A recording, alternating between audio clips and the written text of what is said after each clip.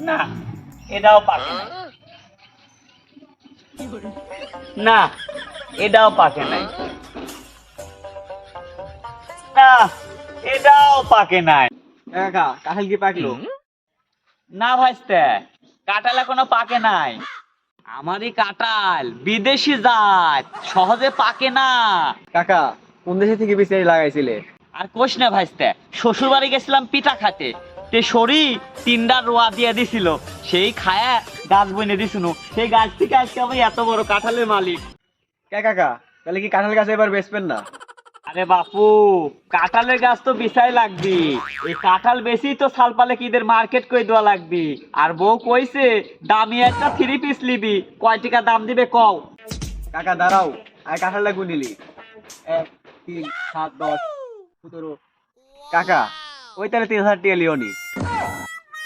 1 2 17, 3000 টাকা লিওনি। কেরে বা, তুমি কোন স্কুলে পড়ো? কাকা কত কোনো কথা নাই, 3000 টাকা দাম, দিলে তেল দাও আর না দিলে চলে গেলাম। শুন শুন, আর কয়েকটা টিকা বাড়া দে। একটা 3 পিসের দাম 2200 টাকা, আর পাঞ্জাবির দাম 600 টাকা। আমার হবিলানি, আর কয়েকটা টিকা বাড়া দে। কাকা দিলে তেল দাও, 3000 টাকা দাম, নাহলে চলে গেলাম। বিপদে পড়ে গেলাম।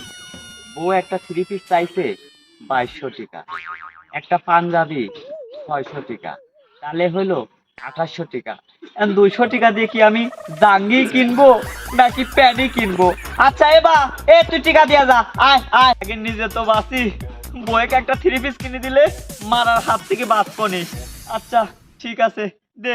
কাকা আমি কিন্তু অত ঝামেলা পছন্দ করি না, তোমার 200 টাকা দিয়ে গেল আর 2 দিন কাটি ওই দিন এসে দিয়ে দাও। আচ্ছা আচ্ছা, যা যা যা। যাক, বইয়ের হাতে মার তো বাঁচলাম। সালপালেক যে কোনো ভাবে বুঝ দেওয়া যায়, বইয়ে বুঝ দেওয়া যায় না। ওরে বাবা, রিমারা মারে।